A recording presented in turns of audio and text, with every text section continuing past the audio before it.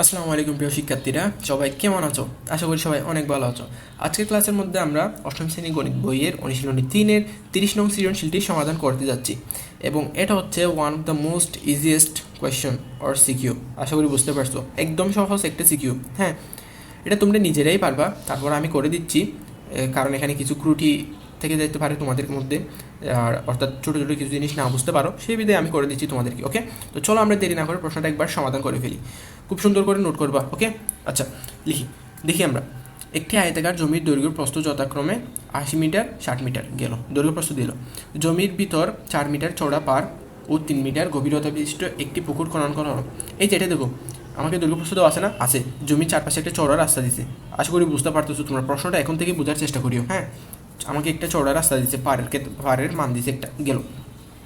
3 metre গভীরতা বিশিষ্ট একটি পুকুর খনন করা হলো। আচ্ছা, ঠিক আছে। এরপর একটি পানির মোটর দ্বারা প্রতি সেকেন্ডে 0.1 ঘনমিটার পানি শূন্য করা যায়, সেটা বুঝলাম। আমাকে খনন প্রশ্নের মধ্যে কী বলছে আমরা সেটা একটু করে দেখি। ওকে, পুকুরের গভীরতাকে ইঞ্চিতে প্রকাশ করা। আমাকে 3 মিটার দিয়েছিল হচ্ছে গভীরতা। হ্যাঁ, এই গভীরতাকে বলছে তারা ইঞ্চিতে প্রকাশ করতে। তো ইঞ্চিতে কীভাবে প্রকাশ করব? তো চলো আমরা সেটা একবার করে ফেলি। খনন প্রশ্নের সমাধানটা আমরা একসাথে করে নিই, চলো। আচ্ছা, তো আমাদের হচ্ছে প্রশ্নের মধ্যে যে দেওয়া আছে,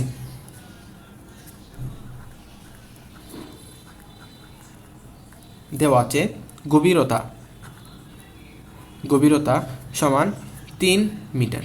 ঠিক আছে, আমরা জানি, আবার লিখব। আমরা জানি আমরা জানি হচ্ছে 1 মিটার সমান 39.37 ইঞ্চি। আমরা হচ্ছে এটা জানি আমরা। ঠিক আছে, আশা করি বুঝছো। এরপর হচ্ছে আমাদের কয় মিটার বের করতে বলছে? 3 মিটার। 3 মিটার সমান 39.37 ইন্টু 3। হ্যাঁ, ঠিক আছে। এই মানটা যদি আমরা গুণ করি তাহলে আমাদের আনসার আসে হচ্ছে 118.11 ইঞ্চি। ওকে, আশা করি বুঝতে প্রশ্নটা খুবই সহজ ছিল। আচ্ছা, গেল। এরপর হচ্ছে আমরা খ নং প্রশ্নটা একটু করে দেখব এবং দেখি কার এই প্রশ্নটা একটু করে মনে আছে। হ্যাঁ, আমাদের প্রশ্ন বলছে যে পুকুরের পাড়ের ক্ষেত্রফল নির্ণয় করো। মনে পড়ছে প্রশ্নটা? আর কয়বার করবা বলো একটু করে? এই প্রশ্নটা আর কয়বার করবা? অনেকবার করছে এখন প্রশ্নটা। পুকুরের পাড়ের ক্ষেত্রফল নির্ণয় করতে বলছে। কী করব? আমাকে দৈর্ঘ্য প্রস্থ খুব সুন্দর করে এখানে দেওয়া আছে না? দেওয়া আছে। একটা ক্ষেত্রফল বের করব, গেল, পাইলাম ক্ষেত্রফল। এরপর দৈর্ঘ্য এবং প্রস্থ থেকে এই পার্টটা বাদ দিতে হবে, দিলাম। পার বাদে একটা দৈর্ঘ্য প্রস্থ পাবো না? পাবো। সেটা নিয়ে একটা ক্ষেত্রফল বের করব, করলাম। দেন বড় ক্ষেত্রফল থেকে ছোটো ক্ষেত্রফল বাদ দিব। এরপর হচ্ছে আমার পাড়ের ক্ষেত্রফলটা খুব সুন্দর করে চলে আসবে। আশা করি বুঝতে পারছো তোমরা প্রশ্নটা। হ্যাঁ, একদম কমন একটা প্রশ্ন ছিল আমাদের এই পাড়ের ক্ষেত্রফলটা। ঠিক আছে, তো চলো এই প্রশ্নটা আমরা খুব সহজেই সমাধান করে ফেলি এবং খুব শীঘ্রই। তো আমরা এখন খ নং প্রশ্নের মধ্যে যাব। উপরে হচ্ছে আমরা হেডিং করে দিব খ নং প্রশ্ন। আচ্ছা, গেল। আমরা কীভাবে শুরু করব? আমরা শুরু করবো হচ্ছে দেওয়া আছে দিয়ে। ঠিক আছে, ওকে, লিখব। দেখা যাচ্ছে সব কিছু দেওয়া আছে। দৈর্ঘ্য সমান, দৈর্ঘ্য কত ছিল আমাদেরকে? 80 মিটার। প্রস্থ ছিল হচ্ছে আমাদের 60 মিটার। সুতরাং কি লিখব? আয়তাকার জমির ক্ষেত্রফল। সুতরাং আয়তাকার জমির ক্ষেত্রফল সমান দৈর্ঘ্য গুণ প্রস্থ। তোমরা খুব সুন্দর করে লিখবা মানগুলো। ঠিক আছে, ওকে। এই মানটা আসা হচ্ছে আমাদের 4800, একদম সেম, একদম আগের অঙ্কটাই, বর্গ মিটার। আচ্ছা, গেল। এরপর কী করবো তোমরা সবাই জানো, আমার আগে করে ফেলার চেষ্টা করি না, এখন না, আমি আগে অঙ্কটা করব, এরপর হচ্ছে তোমরা অঙ্কটা করবা, আগে বুঝবা। ঠিক আছে, নিজে ট্রাই করবা একদম। ওকে, এরপর পার বাদে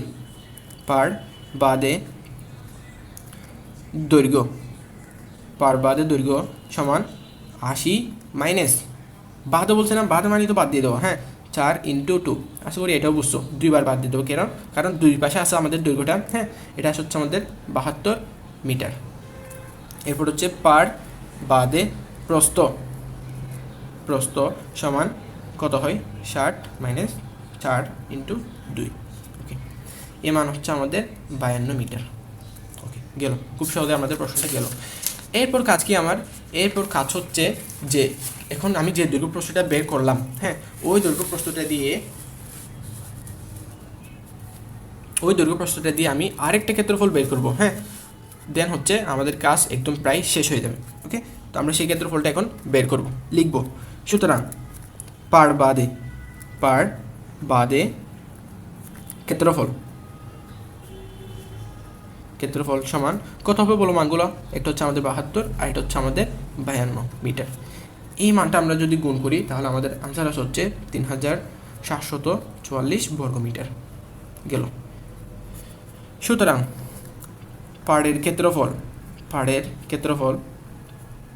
ক্ষেত্রফল সমান সবচেয়ে বড় ক্ষেত্রফল ছিল হচ্ছে আমাদের এটা, সব কিছু মিলিয়ে। এরপর শুধু ভেতরের ক্ষেত্রফল ছিল হচ্ছে এটা, পাড় ছাড়া যেটা ছিল আর কি, হ্যাঁ। এই মানটা যদি আমরা বিয়োগ করি তাহলে আমাদের মান হচ্ছে 1056 বর্গ মিটার। আশা করি প্রশ্নটা বুঝছো। আনসার আমাদের এখানেই শেষ। খুবই সহজ ছিল প্রশ্নটা, একদম ইজি। এর চেয়ে ইজি প্রশ্ন আমি বলতে গেলে বলছিলাম তোমাদেরকে, আমি ওই 10 নং প্রশ্ন যখন করাইছিলাম প্রথম দিন, হ্যাঁ, তখনই বলছিলাম এই প্রশ্নটা ভালো করে শিখিও, আয়ত্তে রাখো, নেক্সট প্রত্যেকটা প্রশ্নের মধ্যে এটা তোমাদের কাজ আসবে, এরকম বলছিলাম তোমাদেরকে। ওকে, তো এরপর হচ্ছে আমরা ঘ নং প্রশ্নটা সমাধান করবো এখন, আমাদের ঘ নং প্রশ্ন। এবং ঘ নং প্রশ্নের মধ্যে কী বলা হয়েছিল তোমরা প্রশ্নটা একটু করে ভালো করে দেখো, প্রশ্ন বইয়ের মধ্যে একবার দেখে নাও, প্রশ্নটা একটু করে দেখে নাও। ওকে, আমি এখানে দেখাই তোমাদেরকে।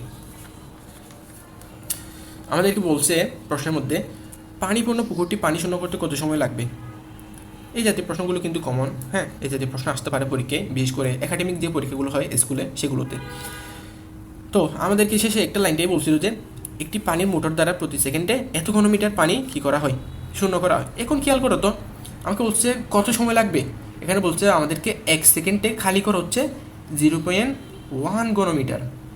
এখন ঘনমিটার মানে কি? কার একক? ঘনমিটার হচ্ছে আয়তনের একক। তো আমাকে দৈর্ঘ্য, প্রস্থ, উচ্চতা সব কিছু দেওয়া আছে, আমি কি আয়তন বের করতে পারবো না? অবশ্যই পারবো। এখন কথা হচ্ছে এখানে একটি সমস্যা আছে। দেখো, আমি যে আয়তন বের করব, আমার কিন্তু দেওয়া আছে উচ্চতা, বুঝলাম, দৈর্ঘ্য প্রস্থ দেওয়া আছে, কিন্তু দৈর্ঘ্য প্রস্থ আমার কাছে দুইটা আছে, একটা হচ্ছে পার্শ্বসহ, এগুলো পার্শ্বসহ, একটা হচ্ছে পার ব্যতীত, যেটা হচ্ছে 72 আর এটা হচ্ছে 52 পাইছিলাম, হ্যাঁ। তো আমি নিব কোনটা? কি 80 নিব নাকি 72 নিব, এবং কি 60 নিব নাকি 52 নিব, কোনটা নিব?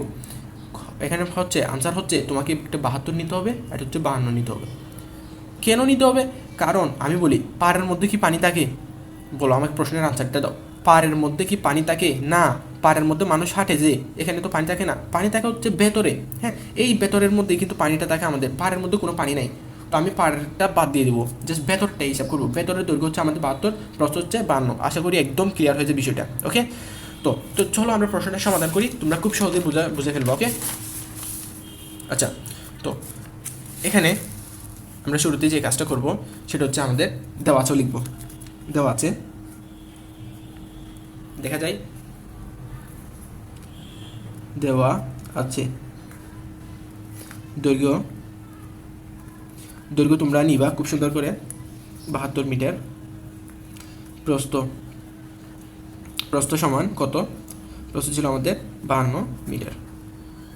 এবং হচ্ছে আমাদের উচ্চতা ছিল আমাদের হচ্ছে 3 মিটার। ওকে, সুতরাং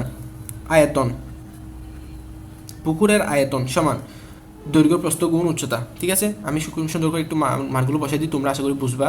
দৈর্ঘ্য প্রস্থ গুণ উচ্চতা লিখলাম, 3টা মান। এই মানগুলো আমরা যদি গুণ করি আমাদের মান হচ্ছে 11,232 ঘনমিটার পেয়ে গেলাম। আচ্ছা, তো 1 সেকেন্ডের মধ্যে, এখন দেখো আমি প্রশ্নটা জাস্ট সমাধান করি খুব সুন্দর করে, তোমরা প্রত্যেক লাইনই বুঝবা। ঠিক আছে, আমি লিখি একটু করে। ওকে, লিখো 0.1 ঘনমিটার। আমি যখন লিখবো তোমরা তখন একটুও লিখবা না, ঠিক আছে। 0.1 ঘনমিটার পানি সেচতে সময় লাগে সমান কত? 1 সেকেন্ড।